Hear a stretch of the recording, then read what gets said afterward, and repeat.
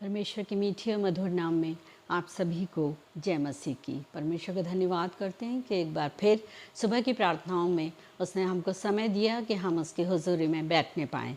इस समय मैं आपके सामने एक पद को शेयर करना चाहूँगी जो कि पाया जाता है याकूब की पत्री उसका 5वां अध्याय और उसका 18वां पद, जहाँ इस प्रकार लिखा है, फिर उसने प्रार्थना की तो आकाश से वर्षा हुई और भूमि फलवंत हुई। मेरे अजीज़ों, यहाँ पर हम देखते हैं कि याकूब की पत्री के 5वें अध्याय में 13 से लेकर और अंत के पदों तक हम देखते हैं एलिया के बारे में बताया गया है।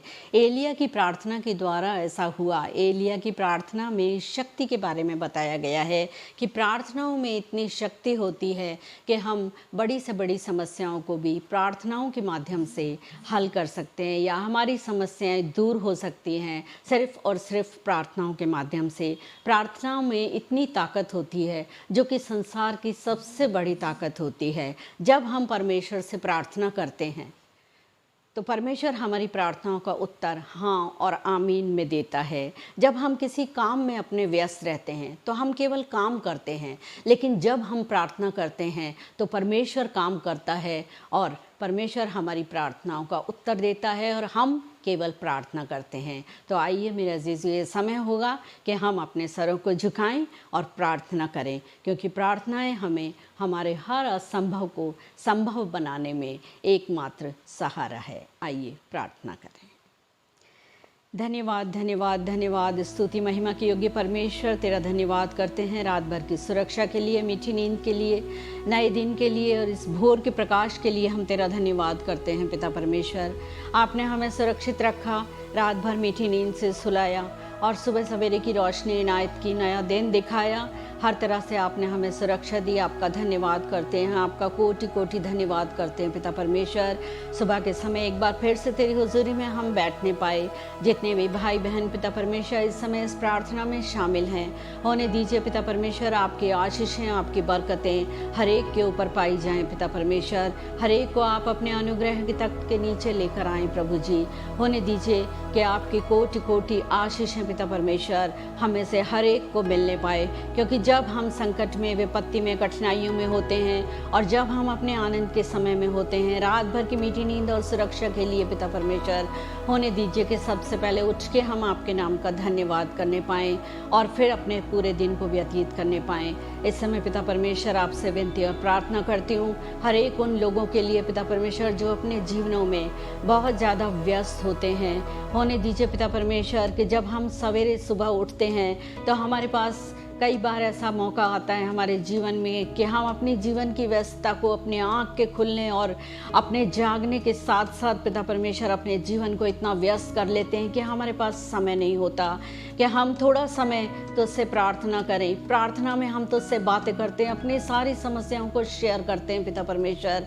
होने दीजिए कि हर एक जन जो कि सुबह सवेरे अपनी आँखों को खोलता है, सबसे पहले उठ के पिता परमेश्वर आपके नाम का धन्यवाद करने पाए, उस भोर के प्रकाश के लिए, अपने जीवन के लिए आपको धन्यवाद देने पाए, क्योंकि दिन भर में जो भी काम हमें करने हैं, जो भी हमारे संकट, विपत्ति, मुसीबत और समस्याएं हैं, जो भी हमारे दिन भर के लिए योजनाएं हैं पिता परमेश्वर, आज जब हम उन सब के बारे में आपसे सबसे पहले उठ के बातचीत करते हैं, आपकी संगति में अपने समय को बिताते हैं, आपको धन्यवाद रूपी बलिदान चढ़ाते हैं पिता परमेश्वर, और सारी समस्याएं पिता परमेश्वर अपने आप हमारे जीवनों में सफल हो जाती हैं और हम पिता परमेश्वर आपको धन्यवाद रूपी बलिदान चढ़ा के और अपनी योजनाओं को आपके समक्ष ला के अपने जीवन को सफल बनाते हैं पिता परमेश्वर। इस समय जितने भी भाई बहन इन बातों को सुन रहे हैं, प्रार्थनाओं को कर रहे हैं पिता परमेश्वर, बहुतायत से आप उनको आशीषित करें और होने दीजिए पिता परमेश्वर कि निरंतर हम प्रार्थनाओं में जुटे रहें और प्रार्थनाओं के माध्यम से अपने जीवन को सफल बनाने पाए,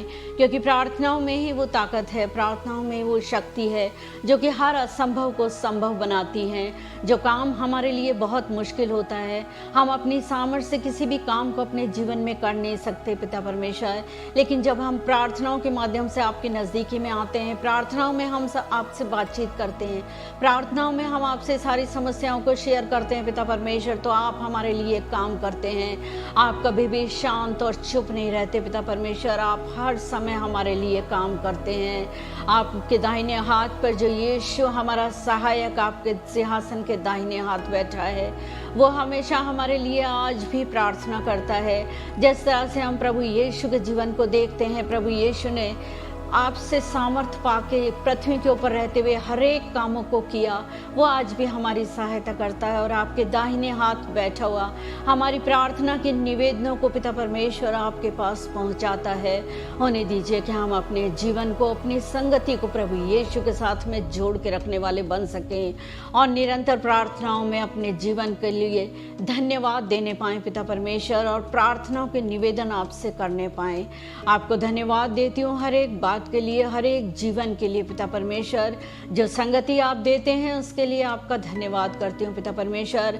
आज विशेष प्रार्थना करती हूँ उन परिवारों के लिए जिन परिवारों में दुख और मुसीबत है पिता परमेश्वर। किसी भी तरह की परेशानियाँ किसी के भी जीवन में यदि पाई जाती हैं पिता परमेश्वर, आप अपनी असीम दया और करुणा और अपने अनुग्रह और प्रेम के द्वारा पिता परमेश्वर उनके जीवनों से हर तरह की दुख मुसीबत को, विपत्ति और कठिनाइयों को दूर करें पिता परमेश्वर।